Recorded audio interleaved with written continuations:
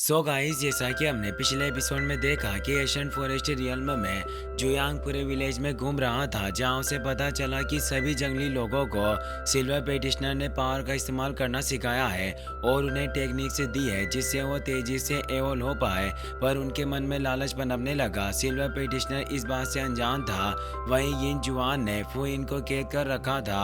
वो उसकी डी के पावर को एजो करना चाहता है। सुपरवाइजर ने उसे बताया कि डोमेन्स में कई सारी प्रॉब्लम्स आ गई है और लोग जल्दी से लेवल पार कर रहे हैं। इससे वो गुस्सा हुआ था। फिर अब हम देखते हैं कि इंजवान देखता है कि पूरे सेकंड मेरिडियंस केओस में है और रियल्म में प्रॉब्लम आ रही थी क्योंकि जुआंग के डिसिबल्स चारों तरफ थे जो रूल को ब्रेक कर रहे थे। सुपरवाइजर कहती है कि इमोर्टल समनिंग फॉर्मेशन में जरूर कोई प्रॉब्लम आ गई होगी क्योंकि पिछले 1 लाख सालों से वर्क करता हुआ आ रहा है। हो सकता है कि इसमें डैमेज आ गया हो जिससे ही वो कल्टिवेटर यहाँ आ पाए। यिन जुआन बोलता है कि फॉर्मेशन जूटोंग के द्वारा बनाया गया था। आखिर इसमें कैसे खराबी आ सकती है। वो अपने 4 स्पीड ब्लड सर्वेंट को वहाँ बुलाता है और कहता है कि जिन लोगों ने सेकंड मेरिडियंस में एंटर किया है उन्हें खत्म कर दो। अब हम रीजन 33 का सीन देखते हैं जहाँ कांग चूचू अभी भी लोगों को डोमेन को पार करने में मदद कर रही थी, जिसके बदले में वो उसे पैसे दे रहे थे जिससे अभी तक कांग चूचू ने बहुत सारे पैसे कमा लिए थे। और वो उसी मोटल से कहती है कि तुम जब तक मुझे एक अच्छा पेमेंट देते रहोगे मैं निश्चित रूप से तुम्हारी मदद करूंगा।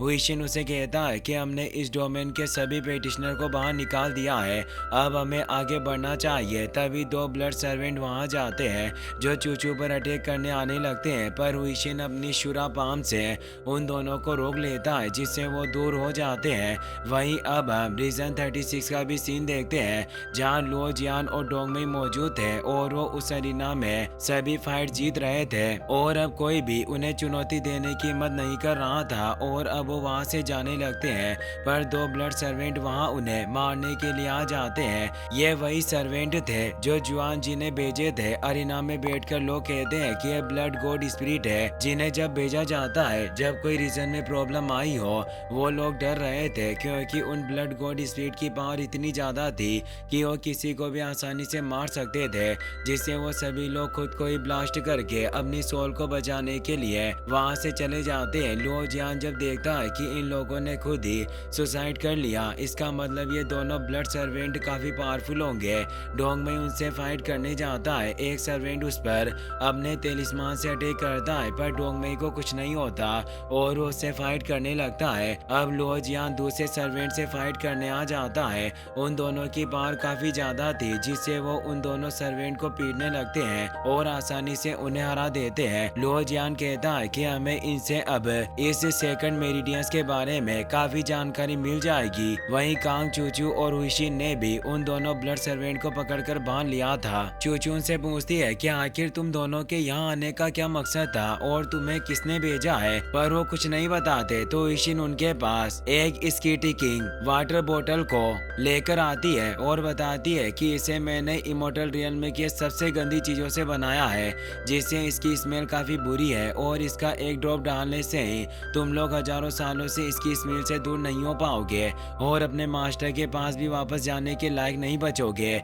इसीलिए बेहतर होगा कि तुम बता दो कि तुम यहाँ किस लिए हो। वो सर्वेंट बताने लगते हैं कि हमें मास्टर यिन जुआन ने भेजा है, पर चूचू फिर भी उनके ऊपर वो बोतल फेंक देती है। वहीं डोंगमई और लो जियान ने भी उन दोनों सर्वेंट को पीटकर यिन जुआन जी का नाम उगलवा लिया था। अब हम एशियन फॉरेस्ट रियल्म का सीन देखते हैं जहां अब लोग पावर की चाह में एक दूसरे की जान के दुश्मन बन चुके थे। वो अपने साथियों को मारकर उनकी पावर को सोख रहे थे जिससे उनकी पावर बढ़ रही थी, पर एक दूसरे को मारने की वजह से पूरे गांव में केओस मच चुका था। जुयांग भी ये सब देख रहा था। डेमोनिक बॉय सभी लोगों को मारकर उनकी पावर को एजो करके काफी पावरफुल बन चुका था जिससे वो काफी खुश होता है। जुयांग उसे कहता है कि तुमने अपने साथियों को चोट पहुंचाई। मेरे मास्टर जूटोंग ने इस सेकंड मेरिडियंस को बनाया, उन्हें तुम जैसे प्राणियों को इस रियल्म में आगे नहीं बढ़ाना चाहिए था। डेमोनिक बॉय बोलता है कि तुम्हारे मास्टर जरूर जूटोंग होंगे, मैं उनकी वजह से ही ऐसा बना हूँ क्योंकि वो जब इस रियल्म में आए थे तो उन्होंने इस रियल्म के गार्डियन गॉड को मार डाला। उनका वो स्लेश काफी पावरफुल था और उनके सामने मैं कुछ भी नहीं हूँ, पर मैं समझ चुका था कि मैं लोगों की पावर को एजो करके ही और ज़्यादा स्ट्रॉन्ग बन सकता हूँ। और अब वो जू यांग की पावर को भी एजो करने के लिए उस पर अटैक करने आता है। जू यांग बोलता है कि तुम मूर्ख हो और वो अपनी एनर्जी के अटैक से उसे मार डालता है। जू यांग अब सिल्वर पेटिशनर को उस गांव की हालत दिखाता है जिससे सिल्वर पेटिशनर परेशान था।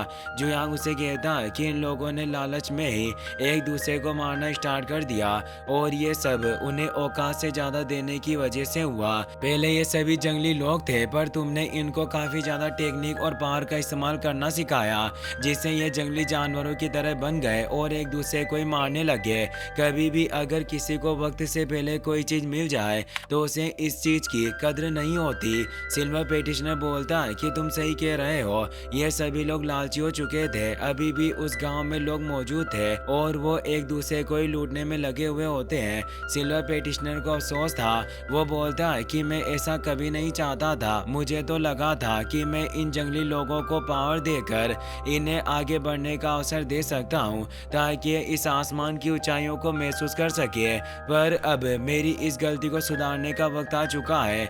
और वो गुस्से में अपनी पावरफुल टेक्निक का इस्तेमाल करता है जिससे वो उस पूरी जगह को नष्ट करने लगता है जिससे तेज लाइटनिंग स्ट्राइक हो रहे थे और वो पूरी जगह अब बर्बाद होने लगी थी जिससे सभी लोग मर रहे थे और कुछ ही देर में वो गांव पूरी तरीके से नष्ट हो जाता है। सिल्वर पेटिशनर जू टोंग का ही पुराना रूप था और अब वो डिसाइड करता है कि वो अपना एक नया सेक्ट शुरू करेगा जिसका नाम वो तियानलिंग सेक्ट रखने का डिसाइड करता है। अब हम सेकंड मेरिडियन स्क्वायर का सीन देखते हैं जहां सुपरवाइजर जियांग रेन एक स्क्रॉल को लेकर जा रही थी जिससे उसे पता चलता है कि उन्होंने जिन 4 स्पीड गोड को भेजा था वो मारे गए। इससे वो परेशान होती है। अब सुनियांग भी वहां आ चुकी थी जो सुपरवाइजर को एक गहरी नींद में सुला देती है और उसके स्क्रॉल को हासिल कर लेती है जिससे उसे पता चलता है कि डी के पावर गर्ल यानी फुइन को उन्हें बंदी बनाकर रखा हुआ है जिससे अब वो उसे बचाने का डिसाइड करती है। वो सुपरवाइजर का रूप लेकर नीचे बेसमेंट में आ जाती है।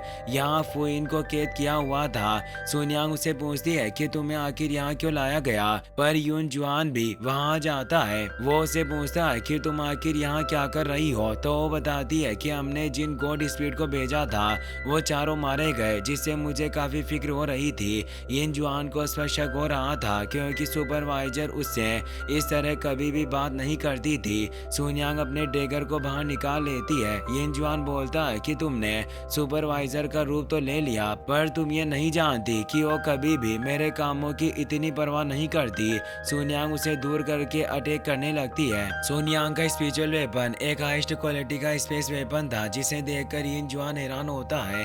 सुनियांग उसे मारने की काफी कोशिश कर रही थी पर उसके सभी अटैक से बचता जा रहा होता है। सुनियांग उसे दूर कर देती है और बोलती है कि अब वक्त आ गया है कि मैं अपने बाकी दोस्तों को भी यहाँ बुला लूँ। और वो उस स्पेस वॉइड ड्रैगर से एक पोर्टल को ओपन करती है जिससे टिंगफेंग वहाँ जाता है। यिन जुआन हंसने लगता है कि तुमने सिर्फ एक हेल्पर को यहाँ बुलाया। अब कोंग यान, किंग ही, लियांशु, लुओ चेन, जियाफेंग, हैप्पी डॉग और बर्निंग क्रो भी वहां जाते हैं। वो सभी सेकंड मेरिडियंस में आकर काफी खुश थे। कोंगयांग उससे पूछती है कि तुम आखिर यहाँ हम लोगों को कैसे लेकर आई, तो सुनियांग कहती है कि मास्टर ने मुझे ये स्पेस ड्रैगर दिया था जिसके थ्रू ही मैं तुम्हें यहाँ लेकर आ पाई। तभी लियांशु की नजर वहाँ फुइन पर जाती है जिससे वो हैरान थी कि तुम्हें यहाँ किसने कैद किया। वो वहाँ मौजूद वेंस को काट देती है पर फुइन की पावर कमजोर हो चुकी थी। यिन जुआन उन सभी को देख कर खुश हो रहा था। वो बोलता है कि तुम सभी कीड़े मकोड़ों के झुंड की तरह हो जो मेरे इस सेकंड मेरिडियंस में आए हो। जल्दी से मेरे आगे सरेंडर कर दो। और वो उन सभी पर अटैक करने आता है जिससे तेज ब्लास्ट होता है क्योंकि उनके बीच फाइट स्टार्ट हो गई थी जिससे अब वो सभी सेकंड मेरिडियंस के उस होल में आ चुके थे। अब यिन जुआन अपने इविल ऑरा को एक्टिवेट करके अपने डिवाइन बोन बिस्ट को बाहर निकालता है जिसे उसने ऑरा ऑफ हेट्रेड से क्रिएट किया गया था। डिवाइन बोन बिस्ट किंगी और बाकी सभी पर अटैक करने जाता है। कोंगयान उस पर अपने पॉइजन बटरफ्लाई टेक्निक से अटैक करती है पर उस बोन बिस्ट को कुछ नहीं होता क्योंकि वो पहले से ही एक मरे हुए इमोर्टल की बॉडी से क्रिएट करके बनाया गया था। किंगी भी उस पर अटैक करती है पर उसकी पावर फियर से थी, वो उसे चोट नहीं पहुंचा पा रहे थे। वो बारी बारी सभी उस पर अटैक करने लगते हैं पर उसे कुछ नहीं हो रहा था। इसीलिए यिन जुआन खुश हो हो रहा था। वो बोलता है कि चाहे तुम कितनी भी कोशिश क्यों ना कर लो, लेकिन तुम मेरे डिवाइन बोन बिस्ट को चोट नहीं पहुंचा पाओगे। और वो बोन बिस्ट अब उन सभी को पीटने लगता है, पर वो सभी हार नहीं मान रहे थे। टिंग फेंग को एक आइडिया आता है और वो बोलता है कि ये बिस्ट हड्डियों से बना हुआ है, जिससे इसे चोट नहीं पहुंचाई जा सकती, पर इसे बाइट करके खाया तो जा सकता है। और वो हैप्पी डॉग को उस पर अटैक करने भेजता है। हैप्पी काफी पावरफुल डॉग होता है और वो हड्डियों को चबाना काफी अच्छे से जानता है, इसीलिए वो आसानी से उस बोन बिस्ट की हड्डियों को तोड़ रहा था। यह देखकर यिन जुआन हैरान होता है। वो डिवाइन बोन बिस्ट अब हैप्पी से जान बचाकर भागने की कोशिश कर रहा था, क्योंकि अब बोन टूटने की वजह से उसकी पावर बॉडी से रिलीज हो चुकी थी, जिससे वो कुछ ही देर में उसे हैप्पी डॉग के द्वारा खत्म कर दिया जाता है। यिन जुआन ने देखकर परेशान था। इसी के साथ ये एपिसोड यहीं पर खत्म हो जाता है।